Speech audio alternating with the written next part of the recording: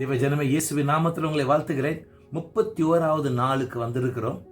இந்த லெந்து காலத்தின் தியானங்கள் உங்களுக்கு ஆசீர்வாதமாக இருக்குன்னு ஜெபத்தில் இருக்கிறேன். இன்றைக்கு அப்போஸ்தலர் நடபடிக்கை 21வது அதிகாரத்தில் முதல் 16 வசனத்தை நாம் தியானிக்க போகின்றோம். நாம் ஜெபிப்போம். என் ஆண்டவராகிய கர்த்தாவே, உம்முடைய நாமம் மகிமையடைய இன்றைய தியானத்தை எங்களுக்கு அழகாய் உம்முடைய வழிகளில் போதனை கொடுக்க நாங்கள் ஜெபிக்கிறோம். எங்களோடு கூட இடைபடும் இந்த நேரம் பரிசுத்த நேரமாய் எங்களுக்கு ஒதுக்கி கொடுக்க நாங்கள் ஜெபிக்கிறோம். தெளிவாய் கேட்க பரிசுத்த ஆவியானவருடைய அச்சு நாங்கள் எடுக்க கிருபை தாரும். இயேசுவின் நாமத்தில் ஜெபிக்கிறோம் தகப்பனே, ஆமென். தேவஜனமே, நேற்று கண்ணீரோடு கூட பவுல் அப்போஸ்தலன் ஒரு பிரியாவிடையோடு கூட கப்பல் ஏறுகிறாரு.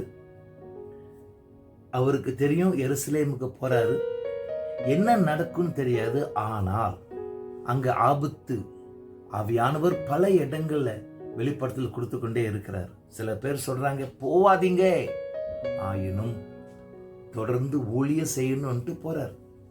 சோ பவுல் அப்போஸ்தலனுடைய மனநிலைமை மிகவும் ஒரு குழப்பம் மட்டுமல்ல, ஒரு பயம், ஒரு எச்சரிக்கை, ஒரு அவசரம் நிறைய இருந்திருக்கலாம். ஆனால் இந்த 16 வசனத்துல வாசித்த 16 வசனம் 4 இடத்துல இந்த காரியத்தை நான் பார்க்கிறேன். 4வது வசனம், டயர் என்ற இடத்துல வருகிறார்கள். அங்க சில சீஷர்கள் இருக்கிறாங்க. அவர்களை சந்தித்து அவளோடு கூட 7 நாட்கள் தங்கி இருக்கிறார். 7வது வசனத்துல தோலோமியஸ் என்ற இடத்துக்கு போகிறார். அங்க சகோதரர்கள் வருகிறார்கள். சகோதரர்களோடு கூட 1 நாள் தங்கி இருக்கிறார். 8வது வசனம், செசரியா என்ற பட்டணத்துக்கு செல்கிறார்கள். அங்கு ஞாபகம் இருக்கா, பிலிப்பு தங்கியிருக்கும் வீட்டுக்கு சென்று சில நாட்கள் அவளோடு கூட தங்கி இருக்கிறார். அவருடைய திருமணம் செய்யாத 4 பெண் பிள்ளைகள் தீர்க்கதரிசிகளாய் ஊழியம் செய்து வருகிறார்கள். அவளோடு கூட உற்சாகப்படுத்தி அவளோடு கூட தங்கி இருக்கிறார். அடுத்தது 16வது வசனம், எருசலேமை சந்திச்சுட்டு எருசலேமுக்கு வந்துட்டாங்க. அங்க வசனம் 16ல நேசன் என்ற சிப்ரு தீவை சேர்ந்தவர் அவர் வீட்டுக்கு சென்று அங்க தங்கி இருக்கிறார்கள். எப்படி நாம் இப்ப கேள்வி என்னன்னா, ஊழியம் செய்யும் பிள்ளைகளுக்கு எப்படி நாம் உற்சாகப்படுத்த முடியும்? எப்படி அவர்களுக்கு ஆறுதல் கொடுக்க முடியும்? எப்படி அவளோடு கூட நீங்க ஊழியம் செய்றீங்க, அதை நான் அங்கீகரிக்கிறேன் என்ற காரியம் எப்படி நாம் செய்ய முடியும்? இங்க நான் பார்க்கிறேன், இந்த 4 இடத்துலையும் இந்த நபர்கள் எப்படிப்பட்ட சூழ்நிலையில் பவுல் அப்போஸ்தலன் அது குழுக்கள் இருந்தாலும் அன்பான உபசரிப்பு, அருமையான வரவேற்பு தங்களுடைய இல்லத்துக்கு அழைக்கிறார்கள்.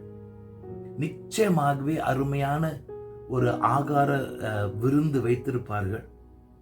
ஆகாரம் முடிந்த பிறகு ரொம்ப அழகான சம்பாஷணை இருந்திருக்கும். அந்த இரவை முடிக்கிறதுக்கு சேர்ந்து ஆராதிச்சிருப்பார்கள், ஜெபித்திருப்பார்கள். எல்லாரும் சேர்ந்து பவுல் அப்போஸ்தலனுக்கு பெரிய ஒரு உற்சாகத்தை உண்டு பண்ணுகிற ஒரு சூழ்நிலை இல்லத்துல வருது. இல்லம் இருதயம் இருக்கிற இடம். இல்லம் அன்பும் கரிசனையும் பகிர்ந்து கொள்ளும் ஒரு இடம். இல்லம் யாரையும் ஏற்றுக்கொள்ள, எவரையும் ஏற்றுக்கொள்ள பக்குவம் உள்ள ஒரு இடம். இல்லம் ஒரு பயம் இல்லாத ஒரு இடம். உன்னுடைய இல்லம் ஒரு பெத்தேலாக, தேவனுடைய வீடாக மாற முடியும். நம்முடைய ஸ்தல சபைகள்ல எத்தனையோ மக்கள், லே பீப்பிள், முழு நேரமாக ஒவ்வொரு நாளும் எப்படிப்பட்ட முக்கியம் இல்லாத ஊழியங்களா இருந்தாலும் பல வருஷமாக அந்த ஊழியத்திலே நிலைபரமாக இருந்து ஊழியம் செய்து வருகிறார்கள். ஒரு காரியம் கேட்கிறேன்,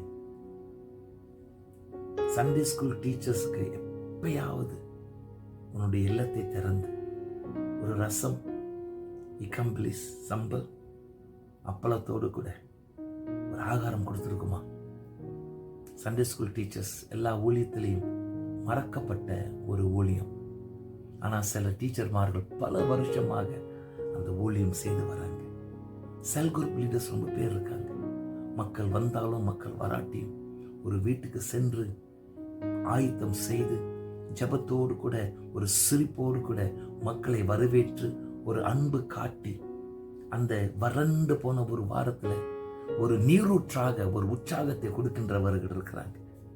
அவங்களை அழைத்து அவங்களை வரவேற்று, பெரிய காரியம் வேண்டாம், மிகவும் அமைதியாய் வரவேற்று நம்முடைய இல்லத்தில் ஒரு விலை உயர்ந்த சிம்பிளான அன்பு நிறைந்த கருசனை நிறைந்த ஒரு ஆகார விருந்து கொடுத்து மக்களுக்கு, உங்களை நான் அங்கீகரிக்கிறேன், உங்களுடைய ஊழியத்தை நான் ஏற்றுக்கொள்கிறேன், உங்களுக்கு மரியாதை அன்பு செலுத்துகிறேன் நம்ம காட்டினோம் என்றால் எத்தனையோ நபர்கள் உற்சாகம் அடைவார்கள். கர்த்தருடைய பரிசுத்த நாமத்துக்கு ஸ்தோத்திரம். நம்ம ஜெபிப்போம். என் ஆண்டவராகிய கர்த்தாவே, பவுல் அப்போஸ்தலர் நாட்கள்ல அவன் எத்தனையோ விதமான குழப்பத்தில் இருந்தாலும் சகோதரர்களும் சீஷர்களும் அவர்களை தன்னுடைய வீட்டுக்கு அழைத்து ஒரு அருமையான ஒரு ஐக்கியத்தை உண்டு பண்ணி கொஞ்ச நேரம் ஆச்சும் கவலையை மறந்து ஒரு அன்பின் விருந்தை கொடுத்து அவர்களை உபசரிப்பதில் ஆண்டவரை இவ்வளோ மகிழ்ச்சி, எவ்வளவோ உற்சாகம் பவுலுக்கும் அதனுடைய குழுக்கும் வந்திருக்கும் என்று நம்ம அறிந்து கொள்ள முடியாது. அதே போல இன்றைக்கு கூட எங்களுடைய சபைகளில் கருசனையும் அன்பும் காட்டுகிற மக்கள் எத்தனையோ பேர் இருக்கிறாங்க. நான் ஜெபிக்கிறேன், ஒவ்வொரு வீட்டில் ஊழியம் செய்கின்ற மக்களை அங்கீகரிக்கவும், சமாதானத்தை பகிர்ந்து கொள்ளவும், சிலரோடு கூட, ஏன் ஆண்டவரே எல்லாரோடு கூட நீ பேசி ஒரு வழிநடத்தலை கொடுக்க ஜெபிக்கிறோம். எங்க வீட்டை திறந்து இப்படிப்பட்ட மக்களுக்கு ஒரு அருமையான ஐக்கியத்தை உண்டு பண்ணி அவங்களை ஆசீர்வதிக்க என் ஆண்டவர் ஒரு தலைமுறையை உருவாக்க ஜெபிக்கிறோம். ஆசீர்வதியும் ஆண்டவரே. பலர் ஊழியத்தில் இருக்கிறாங்க, அங்கீகாரம் இல்லாதபடி, யாருக்கும் தெரியாதபடி இருக்கிறாங்க. அவங்களுக்கு ஒரு நீரூற்றாய், அவங்களுக்கு ஒரு உற்சாக சாயங்காலம், ஒரு அன்பு நிறைந்த ஒரு இரவை அவளுக்கு பகிர்ந்து கொடுக்க பெத்தேல் என்ற எங்களுடைய இல்லத்தை என் ஆண்டவர் உபயோகிக்க வேண்டும் என்று ஜெபிக்கிறோம். இந்த ஊழியத்தையும் ஆசீர்வதி, இயேசுவின் நாமத்தில் ஜெபிக்கிறோம் தகப்பனே, ஆமென்.